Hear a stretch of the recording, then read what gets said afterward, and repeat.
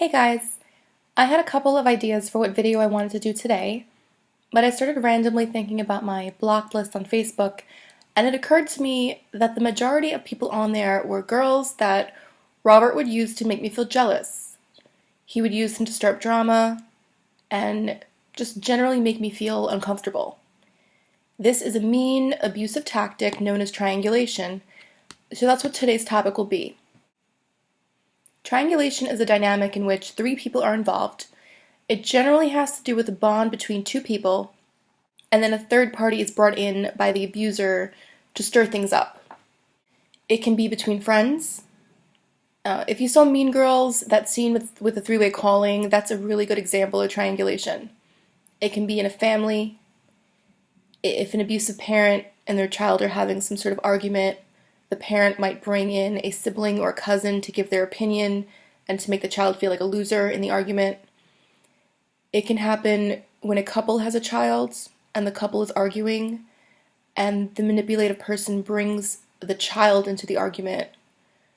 And it happens a great deal in abusive relationships. It's often used in conjunction with other manipulation tactics such as gaslighting. I did a video on that. I will link it down below. Now, I assume that a cerebral narcissist can triangulate, but I feel like it's a tactic that a somatic, histrionic, overtly sexual narcissist would really employ most often. Cheating happens a lot, but if it's done in secret, it's not considered triangulation. Once they tell you about the person and they start to use the person to mess with your head, then it becomes triangulation. Somatic narcissists need to feel desired, so they will always have someone in mind to make themselves feel extra desired, as well as making you feel upset.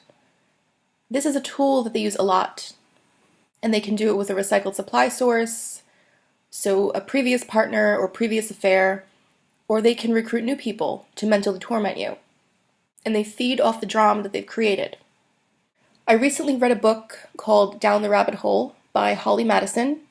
She was one of Hugh Hefner's girlfriends who lived at the Playboy Mansion. I highly recommend this book. I thought it was going to be kind of dumb, but it was excellent. It was well written. And it's clear that Hugh Hefner was a huge narcissist. He was a huge fan of triangulation and gaslighting and instigating and provoking fights between the girls.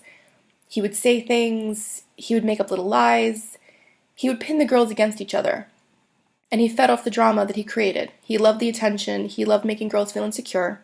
I won't give away any details, but seriously, if you want to read about narcissism and really see an example of it, definitely check out this book. So in my case, it was me, the codependent girl, Robert was the narcissistic guy, and the different women that he would use to make me feel jealous. He was very dependent on the opinions of other women, as most somatic narcissists are. He needed other women to feel good about himself. He was really into this rock star fantasy life that he created for himself, so he always had to have a female presence around him. Either female fans or models and dancers that he would hire to be part of the show. As long as there were plenty of girls around paying some sort of attention to him, and as long as he could make me upset while doing it, he was pretty pleased with himself. If it was just something fun to do for himself and it didn't negatively affect our bond, I wouldn't have really cared that much, but he used it as a way to hurt me. I would say that out of every mean thing a manipulative person could do, I feel like this was his favorite thing. There were countless women who would post on his Facebook page, who would comment on his Instagram. A lot of it was just online flirting, but a few women had more of a constant, repetitive presence in his life. I can't really be as vague as I want to be, so I'll have to go into details. But keep in mind, I was caught up in such a ridiculous relationship, so my stories and my experiences will probably be very different than yours. You probably haven't experienced any of the dumb things I'm about to tell you. The basic idea is there. So there were times he would tell me that a new fan, and I'm making air quotes right now, a fan wanted to see his band perform, and she's coming to the show, and he wants to show his fans a good time, so he will probably ignore me and spend most of it with her. Now, because our relationship was pretty rocky to begin with, seeing this made me very uncomfortable, and he loved it. He loved hanging out with this new girl, and he loved knowing that I had respect for him and his show, and he knew I wouldn't cause a scene. He loved making me feel jealous, and he knew that I couldn't do anything about it. He loved telling me about how awesome she is and how she'll definitely be at the next show. And since narcissists use every person that they meet, he told me about all the great things she can do for him. She's great with Photoshop. She can make me flyers. She knows how to sew. She'll sew this thing on my jacket. And keep in mind, as a codependent, in my head, my worth is measured by what I can do for a person. So to hear that another girl can do things for him, it felt like a huge threat to my relationship. I couldn't handle the thought that somebody else would do things for him, because in his head, as well as mine, a person's worth is measured by what they can do. I'm good with Photoshop. I can sew. So I felt this constant need to prove my worth to him. Triangulation is an incredibly hard thing to deal with if you're a codependent, because as it is, you have this underlying insecurity and a constant need to prove your worth. But now it's substantially magnified by the threat of somebody else doing the same thing. And this goes back to my previous video about those terrible, uncomfortable feelings that you'd feel in the pit of your stomach. And triangulation would make me feel those feelings, and he loved it. I've mentioned this before, we're about the same age. I'm 30, he's 31. So if he met a younger girl, he would tell me how great younger girls are. If he met an older woman, a cougar, he would tell me how I was young and inexperienced, so I couldn't win either way. There was one woman in particular. She was older than him, and he swore they never had an affair. I never really believed him. She was a hairdresser. She was very into fashion, very into makeup, and she was always giving him advice on these things to pass along to me. She had crazy negative opinions about me, but she never said anything to me directly. But she's the only woman who ever got involved in our relationship in some way. Robert was very quick to defend her, and it made me really upset. It's common for the narcissist to triangulate you and then deny that they're doing it. You know, you'll tell them how upset you are. They'll downplay your emotions. They'll tell you that you're being jealous, tell you that you're crazy.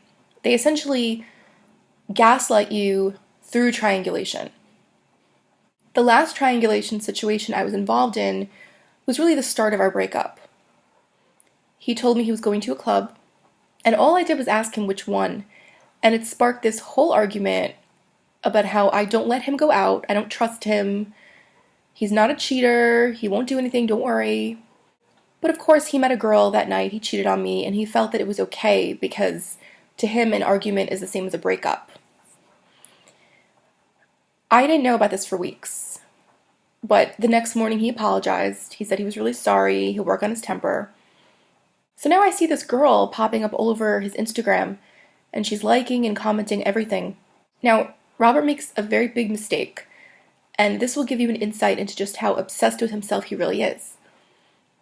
He hashtags his name in every photo, and if someone else takes a picture of him, he asks them to do the same.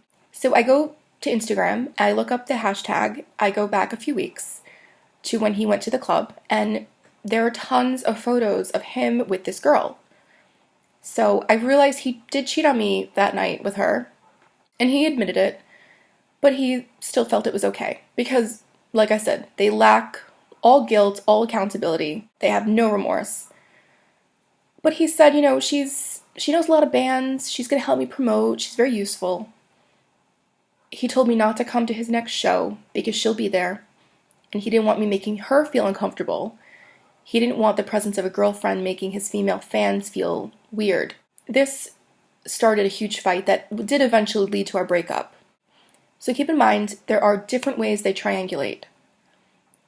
They might just use the presence of a third person to make you uncomfortable, to harp on your insecurities, to make you just generally jealous, or if they're feeling bold, they will have this third person actually engage in conversation with you.